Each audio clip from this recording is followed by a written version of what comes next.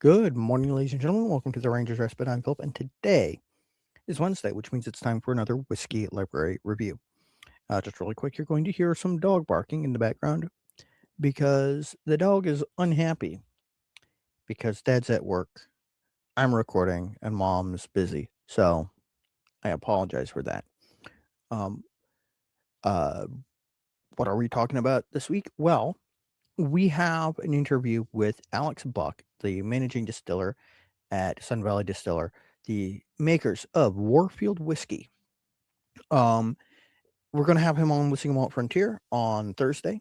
So he sent us some samples, and I'm going to talk about them, starting with the Warfield Sun Valley American Single Malt Whiskey. Now, really quick before I get into that, if you like this show, you like what I do, and you'd like to see more, you can support me by liking, commenting, and subscribing. You can also support the Virginia Whiskey Tournament, which is coming up this summer, by buying a design from my Spreadshirt shop. And there's a link in the description down below. And if you would prefer maybe something like a really nice pen, I have ballpoint twist pens and rollerball pens. These two are turned from Quercus Robert, French oak. They came from a cognac cask, held cognac for 45 years before being used to finish a peated American single malt whiskey in the Pacific Northwest. If you know, you know. Now, there's a link to the Etsy shop in the description down below. Let's talk about this. Oh, before I do anything else, I got to put that up on the screen so that you know absolutely 100% for sure that I am disclosing that this is a sample provided to me by the brand. And I'm going to start by saying I love the bottles. These are fantastic. The textured top, the embossed information on the back. It says Sun Valley Distillery, Warfield, slowly distilled at 5,840 feet. Yeah, established 2014. Look, it's in Roman numerals. I'm not great at deciphering this, but I think it's 2014. This is bottled at 92 proof. Let me just read off the label. Sun Valley Whiskey is born from the ingredients that make Idaho great: freshly malted barley and pure mountain water. The whiskey is aged in freshly charred American oak barrels to achieve classic aromas and flavors of vanilla, chocolate, and baking spices. This is a mix of 3 barleys,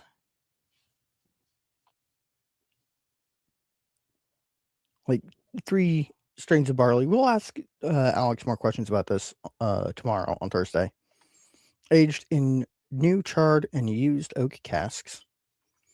This is bottle number 2642. That's really cool. Now, all that information is great and genuinely extremely cool to have on the bottle. Oh, yeah, before I forget, that medallion, also extremely cool. After the show, I'm definitely going to take these bottles to D&D with me, and I'm going to have to figure out how to get more. Now, let's talk about the whiskey. The probably less tangible things, but on the nose, it's got a note that I would liken to weirdly some blended malt Scotch whiskeys. It's got that vanilla, a little bit of an alcohol edge, something maybe a little bit almost acidic, yeah, containing acid. Some bright sweetness, like fresh fruit, specifically kind of like a raspberry or blackberry.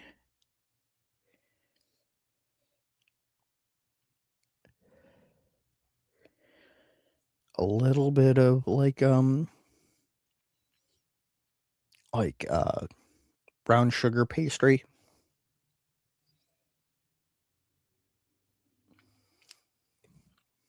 Mm. Hmm. Oh yeah, big notes of vanilla, toffee.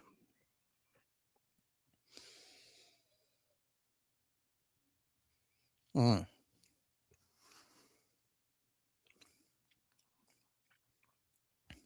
A little bit of like freshly cut greenery, bright berry note. This is going to sound really weird. Like a mixed berry and cream cheese Danish. It's like a honey drizzle or a brown sugar syrup drizzle on the top.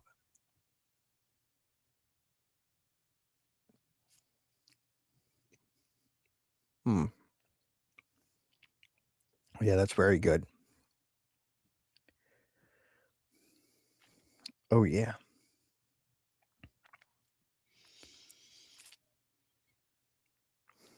The finish is a little bit short.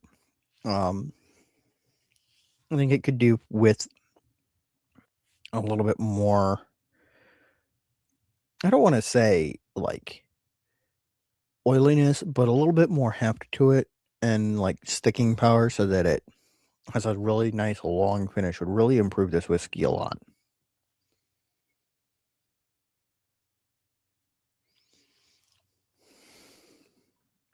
Mm. For those of you who don't know, last year Lost Lantern released their Scotch Lovers collection, which wasn't Scotch, but is American single malts aimed at catching the attention of people who love Scotch and letting them see the possibility that is bursting from American single malt whiskey. And amongst that portfolio was a Warfield single malt, which is one of the more like surprising, eye-opening bottles of the batch to me. I've never heard of Warfield, which frankly, that's on me.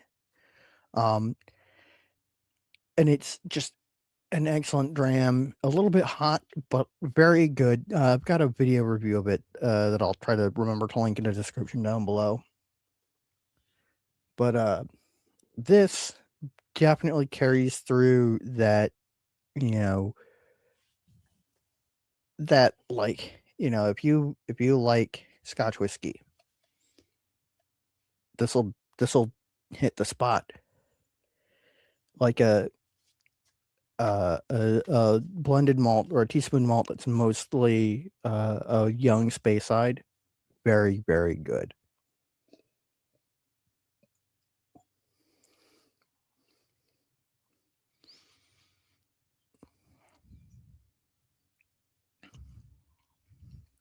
Absolutely fantastic stuff. The finish, like I said, is short. It starts off with that like bright berry note, sort of turns just a hair tannic, and like turns to like the rich lower notes in the palate, and then it's gone. Like I said, that's my one complaint. I wish that the finish was a little bit longer. Um, I'd love to try this at a slightly higher proof, but that's just me. Of course, they're doing something right outside my house as I'm filming, but I've got limited time to do this, so gotta get it done. Now, I always ask and answer 3 questions, and regardless of the source of the bottle, whether I bought it, it was a gift from a friend, or a gift from a distillery, I answer these questions as honestly as possible. First question is, do I enjoy it? Yes. Um, I'm not the biggest fan of, your typical, you know, gentle, easygoing Speyside, and this really just sort of slots right into that sort of flavor profile. It's just totally understandable, and it executes it very well. Um, and like, yeah, I enjoyed it as much as I would enjoy, say, a young Glenlivet or a young Glenfiddich. Um, I have a feeling that they were aiming for more Highland, and I think it just needs just a hair more body for that, but that's up to interpretation. And frankly, whether or not they hit exactly the mark of Highland versus Speyside doesn't matter because it's squarely like right over the line. Just fantastic implementation of making a whiskey in America that will appeal to the Scotch drinker. Second question is it good value? I can't answer that. I will say I would feel comfortable paying up to $65 for this personally. But that's just, on the basis of craft distillery, American single malt, and we'll go toe to toe with a Highland or a Speyside dram from Scotland that you might pay that much for. Third and final question, do I recommend it? Yeah. I mean, if you are a Scotch drinker and you're looking at Scotch prices going up and up and up, here you go. Fantastic stuff. It's made domestically. I mean, genuinely, it's hard to beat the sort of, I mean, genuinely, this and Oak and Grist are like fantastic examples of American distilleries that are just nailing the profile of Speyside and Highland Scotches and doing it affordably for the consumer. Man, that's so good. Now, before I leave, I've just got 2 or 3 things that I gotta go over real quick. First of all, we're going to have Alex Buck, the managing distiller of Sun Valley Distillery, the makers of Warfield whiskey, on tomorrow, Thursday night. 2, the Virginia Whiskey Tournament is coming up. Next week, we're going to be doing on the Single Malt Frontier, and here we're going to do a little stream. I haven't told Doug about it yet. I'm just going to grab him and make him do it, where we're going to talk about the Virginia Whiskey Tournament. We're going to fill out the bracket, and it's going to be a lot of fun. We're going to pour a little bit of Virginia whiskey. And the third and final note is I apologize for not getting a video up yesterday. Monday. My weekend turned out to be considerably busier than I anticipated. Pulled 12-hour days on Friday and Sunday and just didn't have the time that I expected to have to make that video. So next Monday, you're going to be getting a video about sort of the home distilling thing that people are talking about. And I'm going to say this now, and I'm going to say it repeatedly in the video that I'm going to be making. This isn't legal advice. I'm not a lawyer.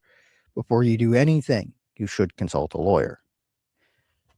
With all that out of the way, ladies and gentlemen, thank you for tuning in, hanging out to chill with me and talk about some whiskey that's genuinely, I don't want to say surprisingly good, but just genuinely, if you poured this in a glass and didn't tell me what it was, I would have guessed like a young blended malt or a teaspoon Speyside.